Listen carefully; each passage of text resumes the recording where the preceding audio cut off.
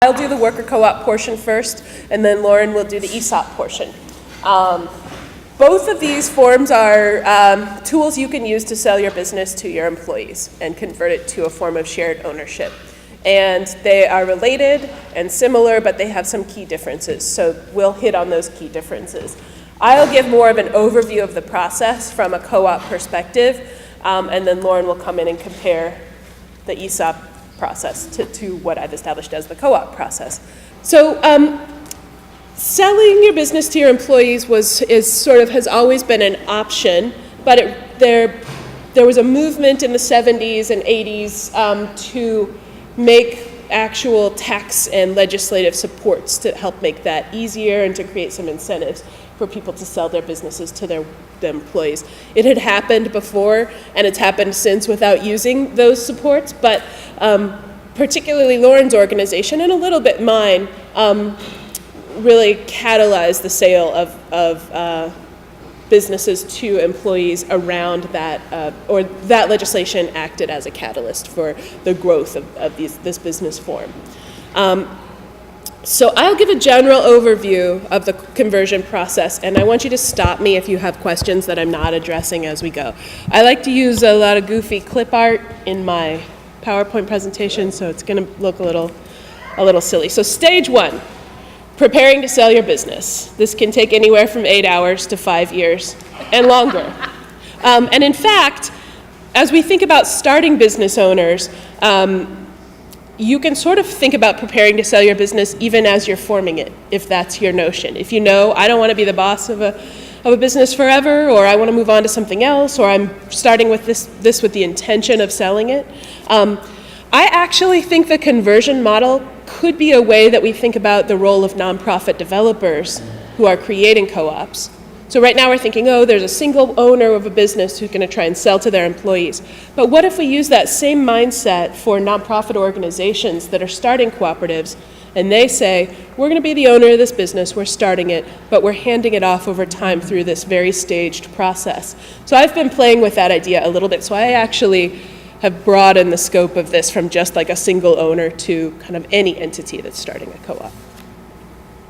So what you're going from and to is the single business owner there on the left, all the way over to the guys hanging out over the New York skyline on the right. So the owner's preparation generally starts with talking with her family, thinking about the financial needs of her family, of her business, of herself, and what kind of ongoing participation she wants. You know, is this I want to be out in 2 years? Or am I willing to stay for 5 and kind of help the process? Knowing that has a huge impact on how you actually set up the conversion. And the other thing that has, I think, a huge impact is knowing how much money you need to make. Are you just trying to sort of give the business away? Are you actually trying to get some compensation for what you've created? How much? Knowing that is a lot of preparatory work that the selling owner can do that helps answer these questions, because really at this point, the owner holds almost all the cards. They're the one who has to make those decisions. On the workers' side, they're clarifying their interest and commitment and learning enough about worker co-ops to make an informed decision about whether it's something they want to do.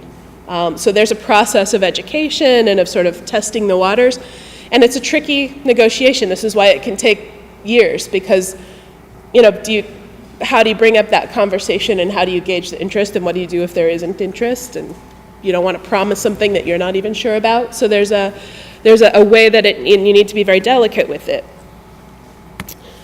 A couple ways to do that. You might want to dedicate some staff meetings to the topic of transition, or to talking about worker co-ops in general. I mean, if you just sort of, as an owner of a business, if you just sort of show up one day and start doing some worker co-op education, that would be a little weird. So you might want to frame it and help the employees feel comfortable with exploring the idea. One thing that's very common is to contact other worker co-ops, particularly in the same industry, and study those models. If you have an apparel business, you might want to look at apparel cooperatives. How do they function? What are their strengths and weaknesses? You know, how do you troubleshoot? What could go wrong? And then, eventually, not immediately, but you want to sort of start seeing where your support is. Where's the attorney who's going to help structure the deal?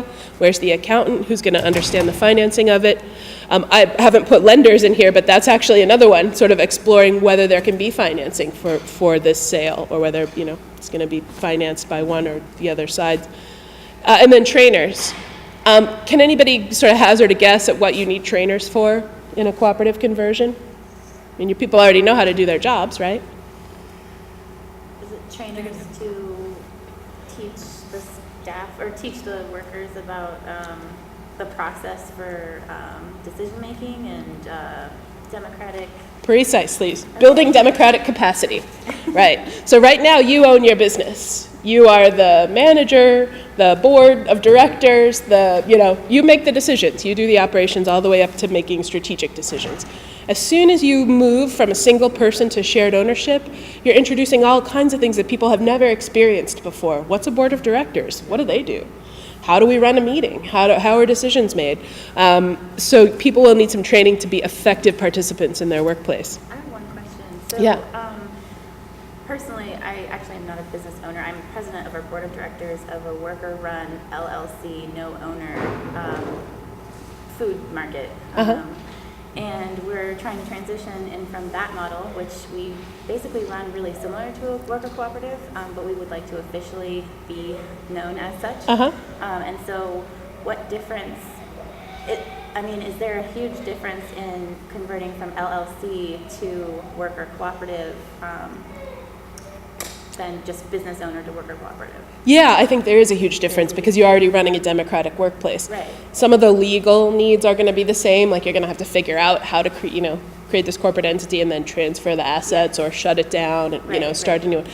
So that those are technical questions, but really the democratic running of the workplace is already there. That's a huge difference. And so this is geared toward individual owned businesses usually that are transitioning. So it may be, some of the things may not be as relevant for you. Yeah. Okay, so these stages are not hard and fast either. You may mix some before the other. It really depends on each business. But typically we're recommending some education to build ownership capacity. Let's say the selling owner clarifies that's what they want to do. One of the very first things, and this doesn't seem like the first thing to most people, and so we often have to push for this. One of the very first things we think you should be doing is starting some education to build ownership capacity. And that doesn't mean everybody sits and gets a training in how to be an owner. What it often means is people are actively engaged in supporting the transition process. So they're actually learning by doing. We, of course, want to give an overview of the process. Whoever you're working with, you might want to create a basic financial training for people so that they really understand. Often we advise the formation of a steering committee, which might be the top management in a hierarchical business. It might be the most engaged workers who are most excited about the idea, but a smaller group of people to interact with and to do some of the heavy lifting and research. And to get some of the additional training. So financial training for them, maybe some training for all of the workers on the trends in their industry. Oftentimes we come to work, we do our job, we don't know anything about what the market forces are and the sort of the realities of, and in order to make an informed decision about buying a business, people need to know. And I'll have copies of these slides if you guys want to, you don't have to take notes if it helps you to kind of plug in. Really great. And then there's some operations training that has to go on. Very often selling owners don't have any idea of what they do or the sort of the extent of it. Right, so I'll say, well, I don't do that much. I do manage the finances and I do hiring and firing. But it turns out they're doing a lot of operations stuff. So in order to build people into the capacity to take that over, there's some training that needs to happen. And then, of course, the democratic workplace training, how to make decisions together, conflict resolution, that kind of thing. So the next stage, and again, these are kind of arbitrary stages, but you want to sort of know how much the business is worth. So you begin the valuation process. You have sort of first thing, again, understanding the needs and willingness of the seller and buyer. You don't want to get too far into getting into the numbers until you really know that people are willing and available to take over the business. But then the owner might get a business valuation, which is a thing. It's a thing that financial professionals do. And sometimes it's a full-on valuation that is several $1,000s and tells you, through a variety of methods what the business is worth. Sometimes it may just be a sort of a letter from an accountant saying, this is my best guess at what this business is worth. We're just working with a conversion right now where the owner got the valuation, the buying owners were like, the owner got a letter from an accountant. The buying owners were like, well, obviously we can't afford that. The selling owner sort of came back with like, well, I could move this much. Buying owner's like, well, we could probably raise this much. And they come to a point, it's a negotiation. So the business valuation is not the end of it. You'll want to review the current business plan together as part of that valuation process to sort of see, is everything basically going to stay the same, or is this business radically changing direction in the next couple years? And this is for the benefit of the seller, but it's also really protection for the buyers. Knowing the market trends and realities and reviewing the business plan gives them a sense of whether this is a viable business. We want to assume really good faith on the part of both parties, but there is a history of selling business owners sort of dumping less valuable businesses or failing businesses on buying owners. So you want to make sure to protect yourself in that case as the buyers.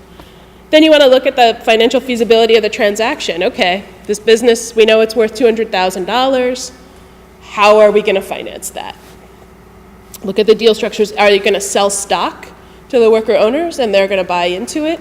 Or are you just going to sell the assets of the company over to them? There are really different tax implications for those two choices, and a financial professional can sort of walk you through that transaction. But you have to know, is it doable or not? And you sort of go back and forth a lot until you come to that point, and then that point is where, is where you call in the professionals. So let's say you did it, you decided it was doable, you're in the middle of structuring the deal. At the same time, you're creating some democratic governance and management structures.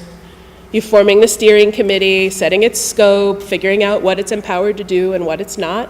The whole time, the selling owner retains a certain amount of control, like a high degree of control over the process, and is sort of steadily handing that off or helping workers come in to take it. You're documenting your current management practices. This is where we recommend that, this is an interesting experience for selling owners. Because they're not always sure what they do, we actually ask that they have their second in command or someone from the transition committee follow them around for 2 days of their workday and write down everything they do. And that they keep a log and document sort of their activities. And we use that as the basis for writing sort of a management manual. You'll want to draft bylaws, because now this entity is going to be a thing. It's not just a person, it's a bunch of people with a board, and it needs rules for operating. You'll notice that drafting bylaws is sort of later in the process. Oftentimes people think, well, we're going to have a co-op, we've got to start those bylaws. But actually, you really want to get clear on your principles and your relationships and how the business functions as a business before you sit down with the legal document. The other thing is, if you start with the legal document, people will just tune out. There's nothing less inspiring than trying to draft bylaws together, unless you've laid a strong foundation and you're going to have a really rich conversation about some of this stuff. And then you'll want to think about any special transitional structures. I think sometimes people enter this process with the assumption that at some magical point in time, the owner just cuts and then the workers take it over. And in reality, it's really more like a steady and gradual disengagement in the worker co-op example. And so there may be points in between where, between a sole proprietorship and a board of directors, you have an owner who has like extra say on the board of directors because they have extra investment. Or there may be a point where they are holding a loan, and so they have some of the loan covenant gives them extra powers within that arrangement. So you sort of structure a gradual transition out. I have no idea what this slide means. I think this is the actual transfer of ownership, and it used to be animated, and then the animation broke. But I think what this is basically, there's a price that you think the business, this is often how it goes in worker co-ops. There's a price that you think the business is worth. It's actually not possible to sell it for that much, so it's a smaller price that it gets sold for. And then multiple buyers come in, and then a single financing entity probably comes in from another side. And then on the other side, you have shared ownership. This is like a really terrible slide, I apologize. This is old. But they're all happy with you. Everyone's happy, that's the main point. Look at those happy faces. It's complex, yeah. So you're negotiating the final price, you're seeking financing. The future members have to approve the final price because really what it is the owner is offering something. They're either selling a full-on business or they're selling shares in the business. And if nobody's there to buy it, nobody's there to buy it, you know? Go ahead. So with the big dollar sign being an investor, you're implying that in a transfer of business ownership, the investor and the buyers are always members, or that is the recommended? You're thinking way too hard about it. I'll say it again, this is a terrible slide. What I think I'm saying here is that this is the price of the business. This is the initial owner of the business there on the far left. It's not an investor, it's a selling owner. Right. And then they're knocking down the price, basically. And then coming in from the top are the members, and coming in from the bottom is the financing entity, which is not a member. Which is not a member. But then they do all, you know, in the end. It may be an investor, it may be crowdfunding, it may be, you know, so I have some stories that have evolved from this process that I can share with you, might make it easier to get. And then, yeah, right, and then you just complete the transaction, just like that.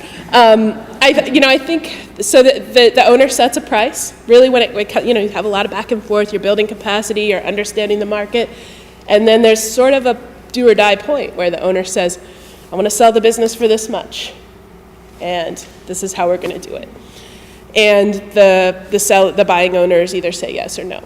And by that time, everybody's invested a bit. They're probably going to say yes and figure out how to do it. I will say, let's just, we'll get into a couple concrete examples after this. Is anybody timekeeping? How am I doing on time? 35 minutes. Okay, I'll take like 10 more minutes and then hand it over. So then, once the transaction is complete, the first official thing you do is elect and train the founding board, because the board is what's going to be the entity in this. The transfer management part we sort of have as the last stage, because we assume in many of our deals the owner is staying on for a while. And so we actually don't recommend transferring all of the management duties over right away before the deal. It really depends on the selling owner. In many cases, they want to transfer ownership and governance, which is, the board and the strategy, but they don't necessarily want to transfer management. They're going to slowly phase out of that. Do owners often take debt? Yeah, we'll get to that in a second. Yeah, because if they're going to hold, if they are financing the deal themselves, they're going to want to stay in it until they're sure that it's a steady, and they're going to get paid back. So we recommend that people codify their management roles. That's, the writing down everything you do. Establish a formal evaluation and review process very early on, because without a single owner, there has got to be some mechanism for accountability and regular review. The founding board should approve all of the policies and the higher level management job roles, and then formally hire managers or delegate management tasks to people. We're not assuming a hierarchical structure, so there may be managers or there may be management tasks. And I have no specifics about this because so much of what it looks like depends on earlier decisions that you made. I have no timeline, I have no structures. That's going to be different in every cooperative. And then we recommend ongoing support. People sort of, the same with a co-op startup, they sort of assume that the day it launches the process is over. And we sort of think that's when the process starts, is the day it opens. And same thing here. there's all the sort of legal and financial wrangling to get the transfer made, but then really the critical period is after ownership has been transferred and as people are practicing and getting their feet wet. So, regular operations and governance meetings, monthly transition meetings to talk about specific issues about the transition so that those don't get all balled up and everything else. Looking at ongoing training, reviewing models, integrating those in, understanding that you didn't finish the job when you made the transition, implementing them, and then 3 and 6 months evaluations of the process. So at 3 months, sit back and say, how's it going? Have we achieved what we wanted to? At 6 months, have we achieved what we wanted to? And, ongoing after that. I think that's the end of my slides. What I'd like to do is tell a couple stories that may help you sort of understand the different needs of worker co-ops. So the first is a story about Real Pickles. Was anybody just in Jenny Cassin's financing workshop? Okay, so Real Pickles is a pickle manufacturer, which is just like an awesome thing to be. And they're on the East Coast, and the owners wanted to transition the business to shared ownership, but they wanted to stay on. And they didn't want to finance it, which is the most common way that worker cooperative transitions happen, is that the owner will say, I'm selling this business, but I'll do it over 10 years and I'll sort of steadily phase out. And there are some formal ways to do that. Real Pickle said, no, we want the owners to be bought out immediately so there's not a power imbalance because we know they're going to stay on. They made a direct public offering for, I think, 90% of the price of the business. The community bought shares, and then the worker owners bought their own shares, including the new worker owners, who were, 2 of whom were the selling owners of the business. That's an example of using a really creative financing tool to help the deal get done. Another example is a school we're working with. So it's a private school, and the owners have owned it for 15 or 20 years and are selling it to the teachers. And the teachers don't have a whole lot of money to put into the business, and the owners don't have a whole lot of time to stay. But the school's worth about, I probably shouldn't speak in details because this is being recorded and this is an active client of ours, so I'm not going to give money amounts. But let's say the teachers can really only afford to buy about 5%, and the owners really can only afford to finance about 10%. So that leaves a really big gap, like how do they buy it?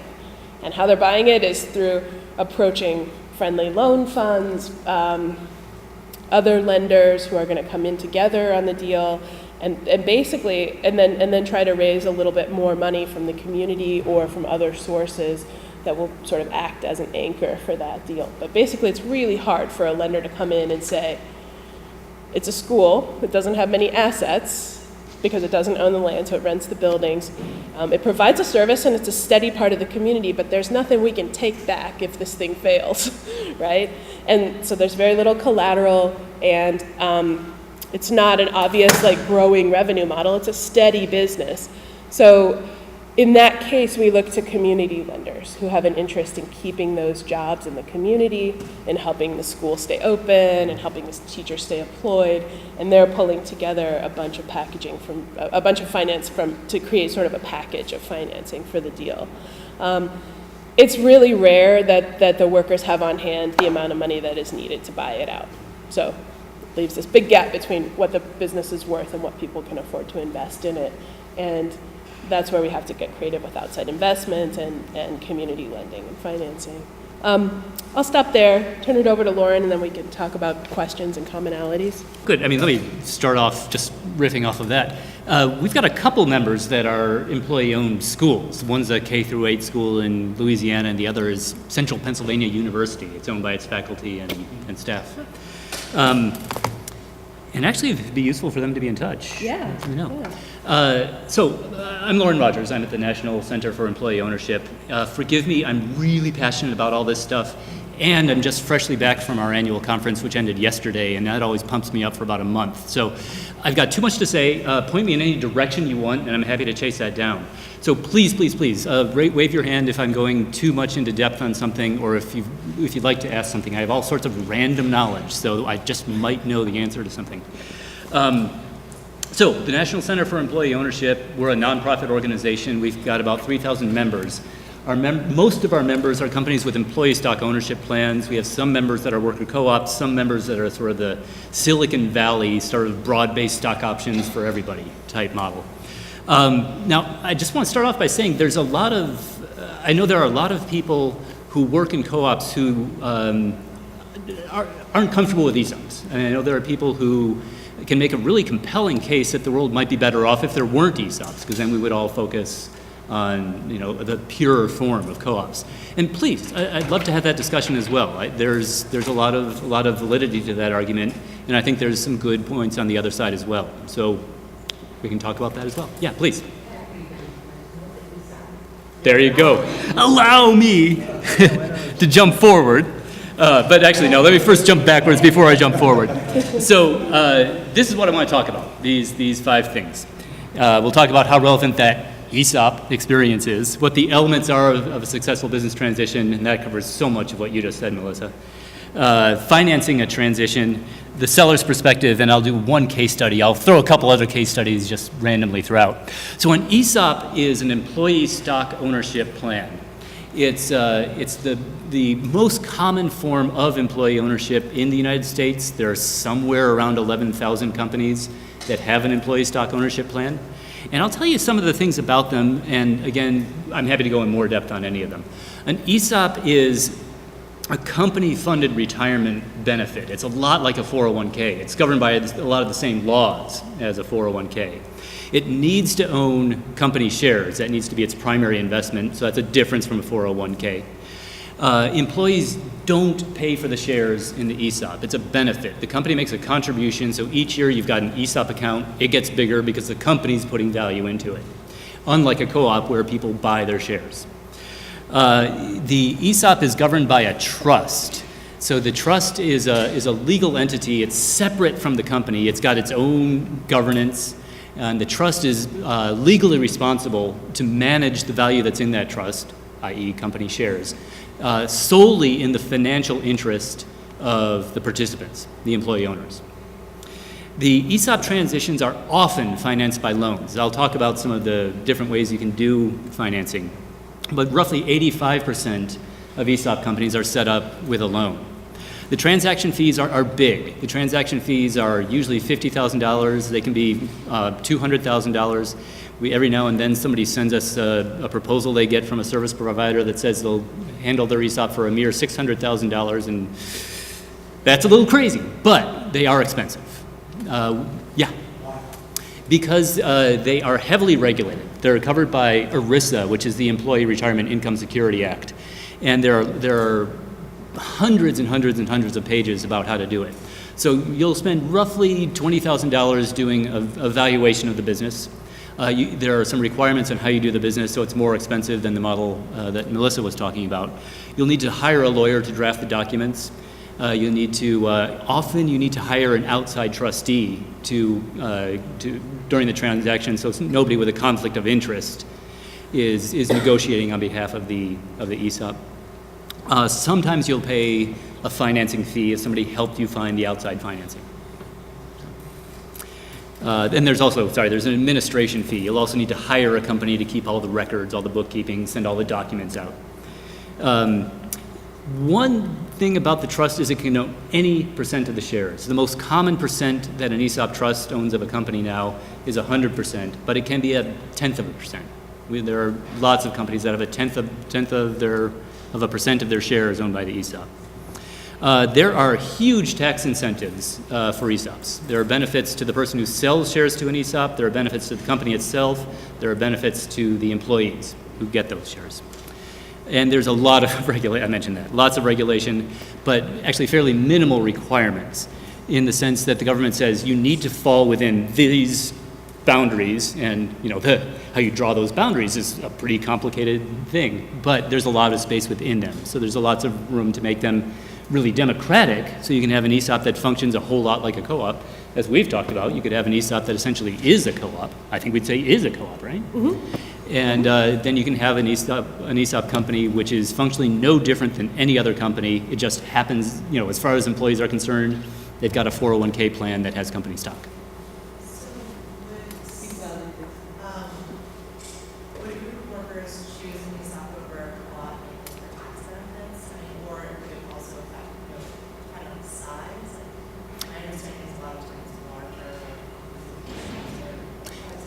Yes, yes, yes. So yeah, it's usually larger companies. There's no hard minimum for how small a company can be to have an ESOP. We did have a 4-person ESOP company as a member once upon a time. They're gone now. Most people who do ESOPs say it doesn't usually make financial sense unless you've got 20, 30, 40 employees. The vast majority of ESOPs fall between 50 and 150 employees. Although, for example, Publix supermarket, I don't know if any of you have spent time in the Southeast. Does that ring a bell? Okay. They've got 159,000 participants in their ESOP. Yeah. What's typical revenue? Revenue? That's a good question.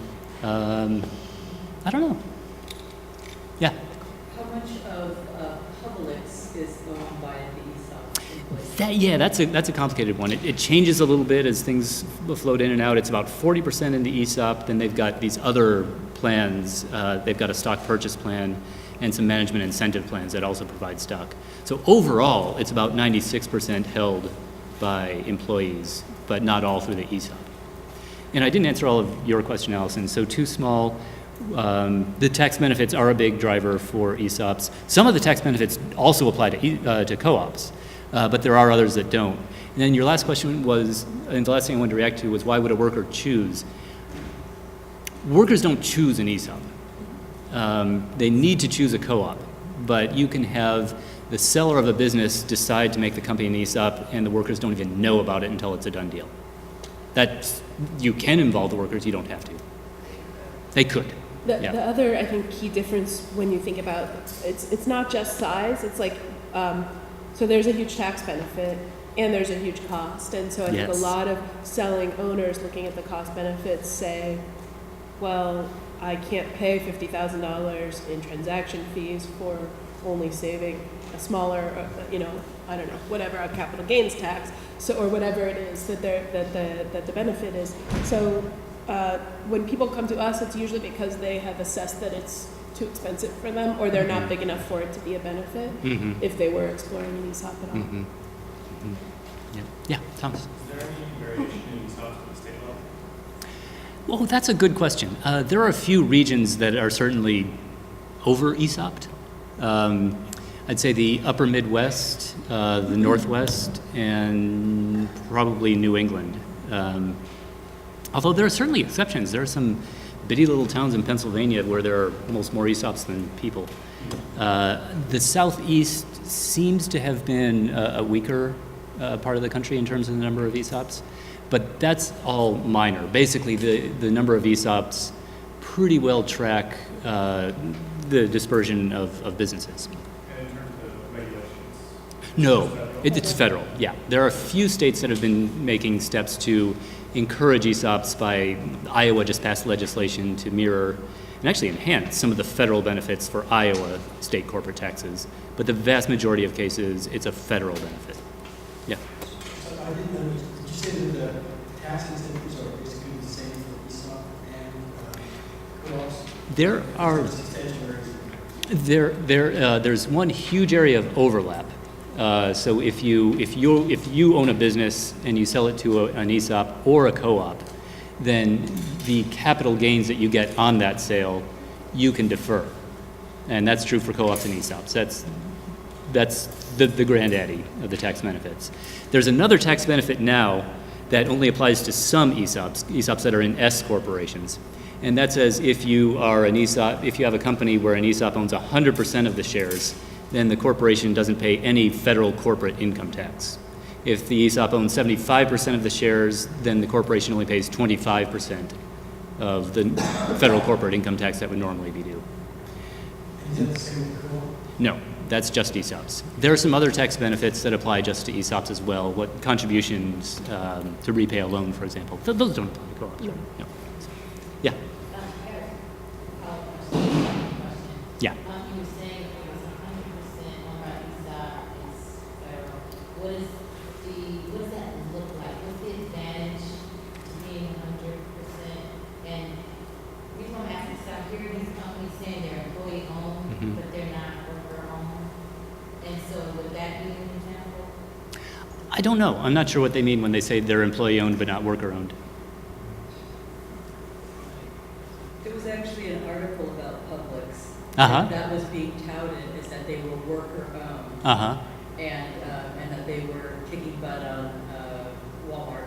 And Oh, Trader yeah, Joe's. yeah, You may have seen the article. Yeah, So yeah. I think, in a sense, this is partly what she's talking about, is there, especially since co-ops and the idea of worker ownership and democracy in the workplace has been more, it's sort of like, claiming organic without being too organic.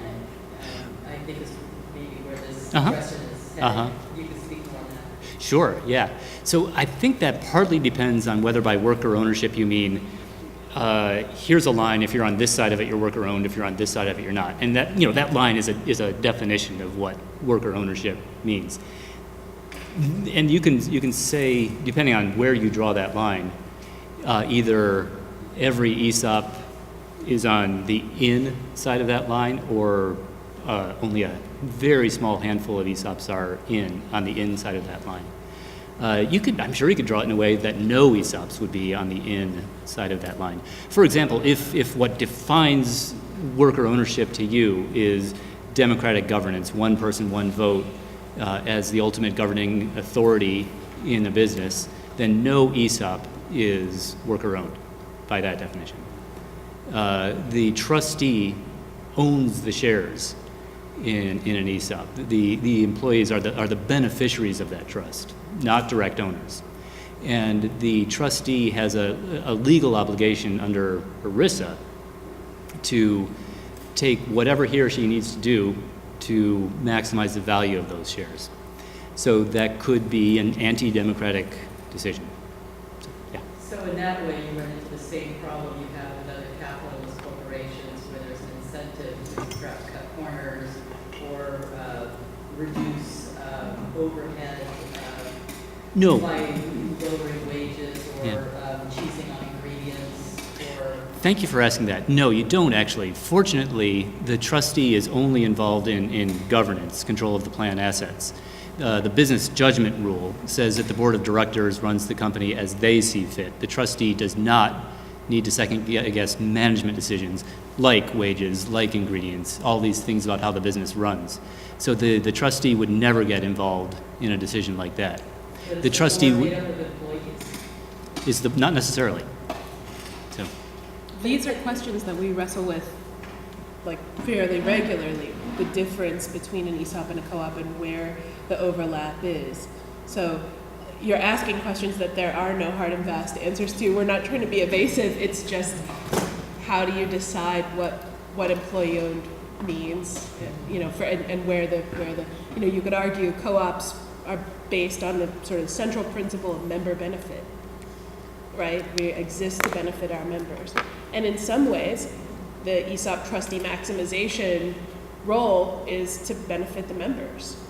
You could also argue that there is not, that's not necessarily a direct link. So I think it's a really open question. It's Loren and I go do this roadshow because we feel sympathy with one another's business forms, but there are strands on both sides of our organizations that don't see any connection between the business forms.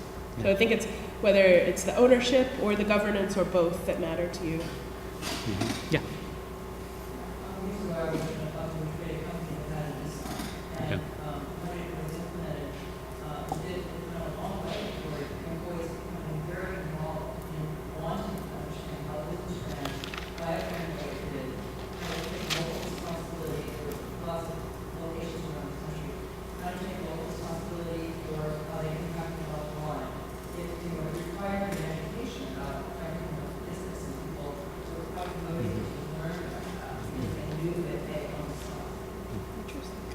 Thank you.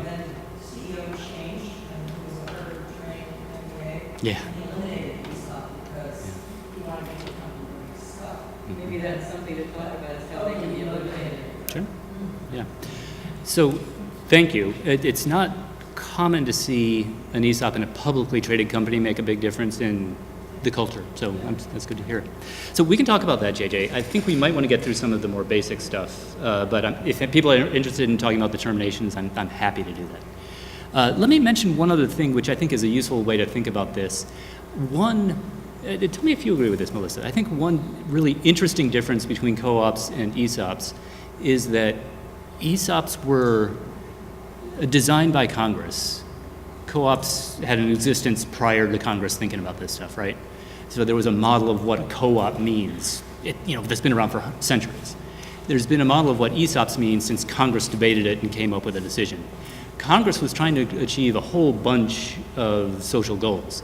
One was to distribute wealth more broadly. One was to get employees more engaged in their workforces and make American business more competitive. One was to make employees more ready for retirement by providing more assets to them. And Congress decided that there was no way this law was going to do any good unless business owners voluntarily chose to sell their shares to an ESOP. So ESOPs come out of a compromise and a social policy decision to make ESOPs appealing to business owners in a way that co-ops don't. I would agree, yeah. I mean, co-ops may appeal to selling business owners if they align with the principles, or if they sort of have, if that's a priority for them. They don't. I don't think they offer any sort of incentive, and in fact, often there's a discounted price and a longer financing period, and they have to stay in the management, so there are some concrete disincentives. I think the challenge is to, align principles and incentives together, and I think, the part of the fact that the ESOP form has incentives in it that transcend any kind of principles and are about maximization for the selling owner, or incentives for the selling owner, makes it broadly available, but it also makes it not necessarily based on principles. Co-ops have the opposite problem. So, yeah, that's well said. Yeah. You say, the ESOP transaction fees of $50,000. Is there what would you need to do about co-op? Similar? Well, it's probably, we've maxed out, the couple that we have supported have maxed out around $15,000 in terms of paying their service providers, and they're usually cobbling it together with their accountant is doing some extra work, and they found a lawyer, and then we're technical assistance providers working on some grant funding, and so I don't think we have a good picture of what the fee for services are for a co-op transition. I can tell you that with the direct public offering, I think that costs around $20,000 just to structure the DPO. So that plus other legal fees and technical assistance fees could start to get toward the ESOP price. But I can tell you co-ops typically tend to do it cheaper. Yeah. So one other implication of this, the way Congress approached that, is partly depends on what you think of human nature, whether it's a good idea or not. The way they made it more palatable to business owners was saying we're not going to require you to do governance, democratic management. You can choose.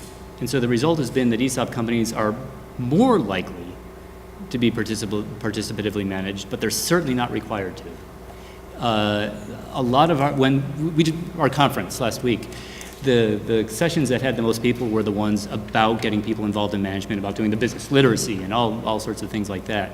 So companies choose to do it. The research is really compelling that ESOP companies perform better on all sorts of measures than non-ESOP companies, but only if they do the business literacy and the employee engagement that you think of when you think of employee ownership.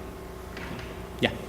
I just wanted to make sure I understand the context here. It seems like a lot of the discussion is around ESOP versus co-op, but I was kind of trying to figure out how does the ESOP model fit into the co-op, or is that the context?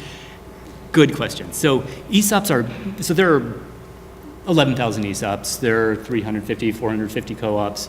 There's, how many would you say are in the overlap there? Like how many democratic ESOPs are there? Yeah. 5? That sounds right. Yeah. So there's conceptual overlap, there's a little bit of practical overlap, but not a lot. And what we consider a worker co-op that has an ESOP is 100% employee owned and democratic governance and participative management structure. So the ESOP is more of a 401k benefit for the co-op when no, actually, so there are no worker co-ops that have an ESOP inside them. That never happens. There are ESOPs, or there are ESOP companies that look and act like worker co-ops. Does that make sense? Yeah. Good question. All right, let me do some of these slides. I think that'll help with some of the broader context. Oh, no, this is good. Keep them coming.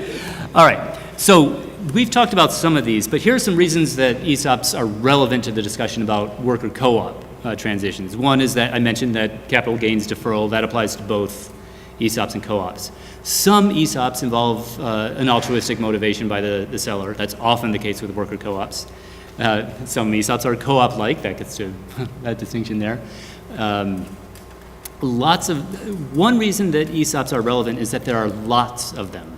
There are 200, 300, 400 ESOPs created every year. So there's a lot of experience. Some of that experience is going to be relevant for people who are doing co-op transactions.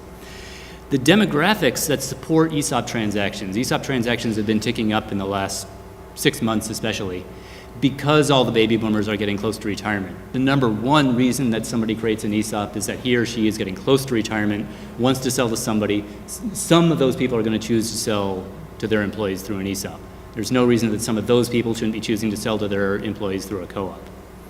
Another interesting thing that's been coming up more recently is the link between ESOPs and benefit corporations. Are people familiar with benefit corporations, B Corps? Okay.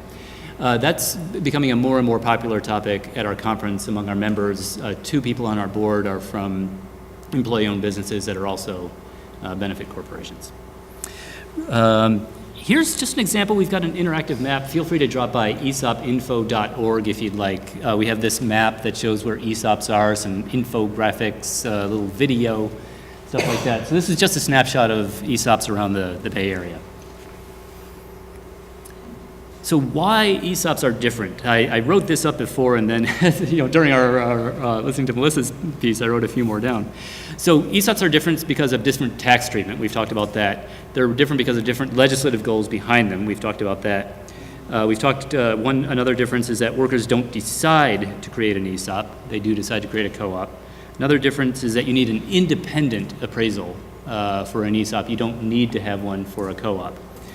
An independent appraisal means a firm that has no relationship to your business except doing the appraisal, does the appraisal. You have a trustee who is governed by the strictest oversight laws in federal law in how that trustee oversees the ESOP, the employee ownership, and then the size of the company. We've really talked about all of those. All right.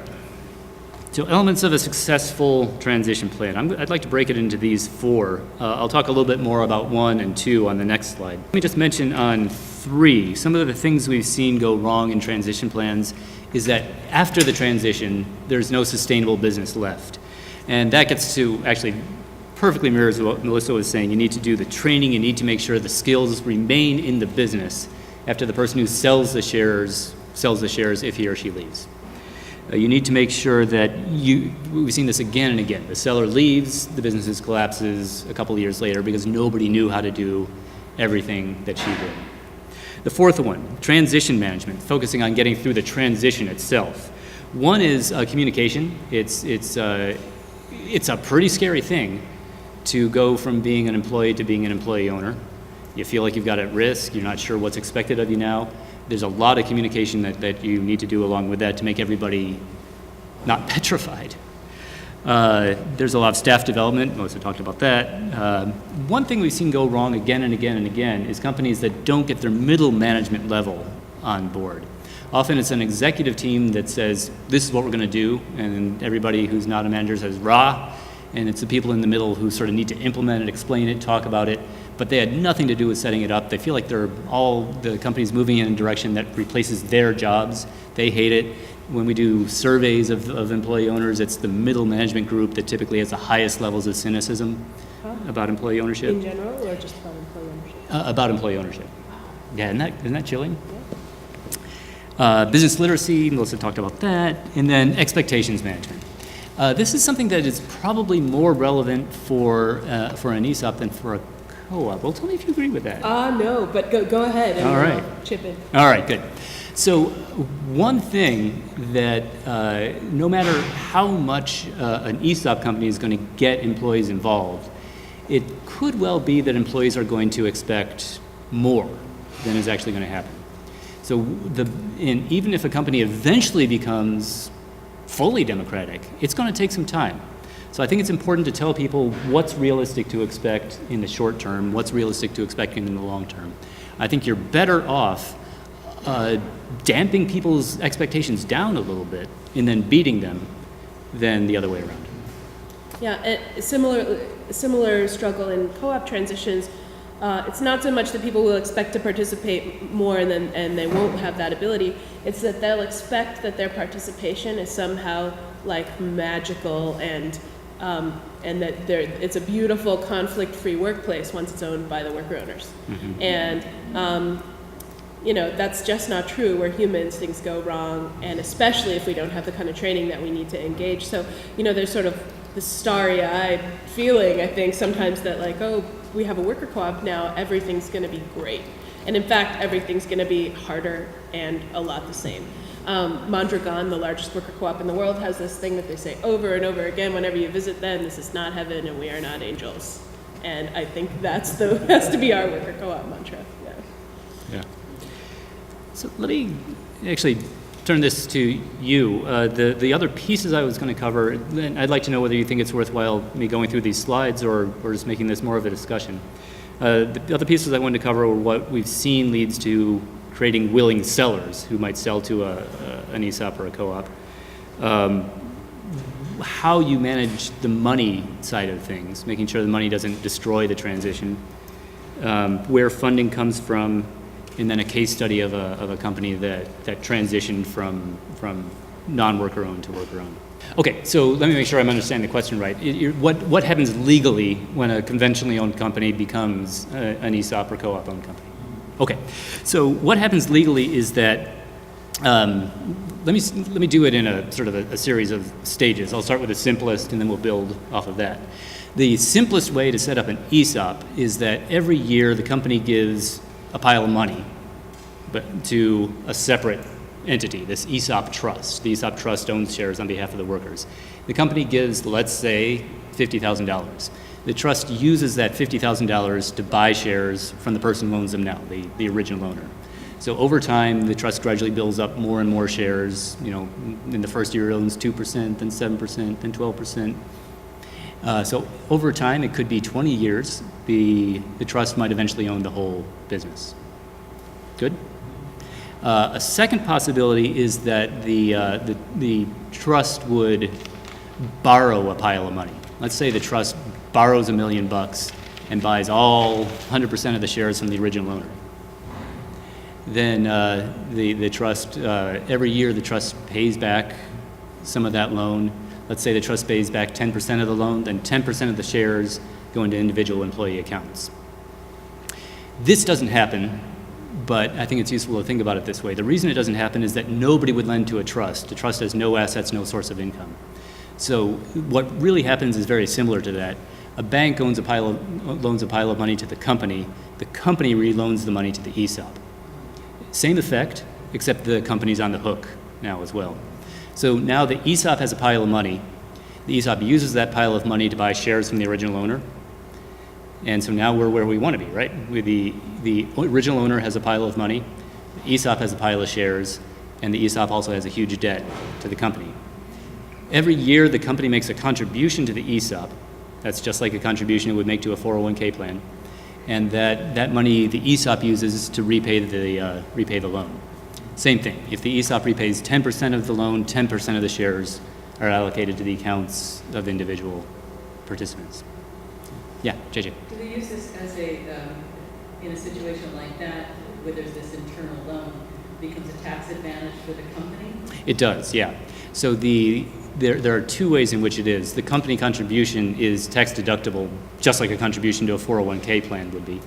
And then also the loan payment.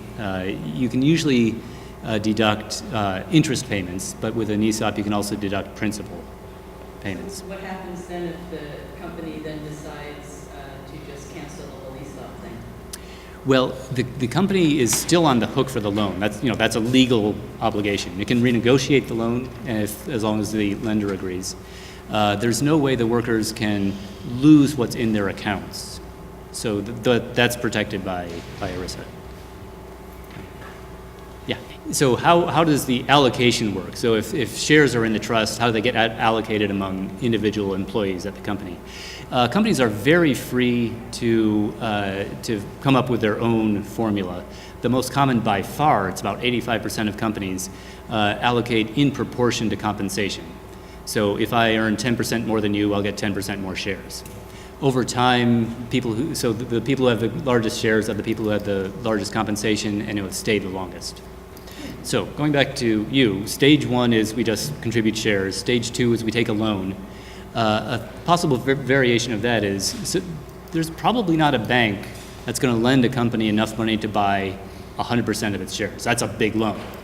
So what often happens is we'll do a combination. Maybe the company makes contributions for a few years. That's enough to buy 30% of the company. They take out a loan to buy the other 70%. Or we take out a loan to buy 30%. And then once that's paid off, we take another loan to do the remaining 10%. Or maybe we have 30%, build up 30% through these annual contributions. Then we take out a loan for 30%, and the seller makes another loan. So the seller makes a loan to fund the shares, him or herself. When you were talking about converting, I was not sure if you were talking about converting from one sort of entity to another. But you don't really, when you're talking about the ESOP as a corporation, and it's either going to be owned by the owner or it's going to be owned by the employees. So right. The conversion you're talking about is conversion of ownership. Correct. Not entities. Yes, thank you. Good point. It's a transfer of ownership from the original owner to the ESOP. The ESOP would still be a C corporation or an S corporation. If you set it up as a co-op, it's still being a corporate, S corporation setup. Well, I mean, this has only really ever happened once. So we have a data set of one. And, oh gosh, help me on the select machine details. Yeah. So I believe that they converted it from a C corporation to an S corporation. And then the S corporation, then they structured shares in the S corporation and steadily bought those out. So rather than there being a trust, they sort of staged the deal like you would at ESOP in 30% chunks. And then, but instead of it being in a trust, it was shares in an S corporation. Is that accurate? I think it was a combination of things. I think they did some gradual and then a big chunk of ownership came over. Yeah. I think you're right. It wasn't a trust. It was loans to the co-op was a separate entity, wasn't it? I think they created a separate co-op with nothing in it and then sold all the assets to it. This is called Select Machine, which is the only example of that tax-advantaged transition. It happened in Ohio. There is actually a case study written up on it. It's so really if you good. search for Select Machine, conversion or cooperative, you can find it online, and they wrote it, and then there's some diagrams. It's really helpful. It's probably not useful for us to get too much into the details here, but it's totally well documented, and we'd love to try it again with another kind of, another That was from business. an ESOP to a worker co-op? Nope, it was from a conventionally owned business. Two guys owned it to a worker co-op, but using the tax advantage that ESOPs use. So those guys sold it using what we call the 1042 rollover, so that they didn't pay capital gains tax immediately. They got to defer capital gains tax on the sale of the business. Yep. All right. Yeah. So, any more? Yeah, Thomas. What happens when employees leave the company? Co-ops or ESOPs? Like they have some sort of shares. So what happens when employees leave an ESOP company? It depends on why they leave the company. It's intended to be a retirement benefit, so if they leave at retirement age, then they'll get paid out either immediately or in up to 6 payments in the first year following the year in which they retire.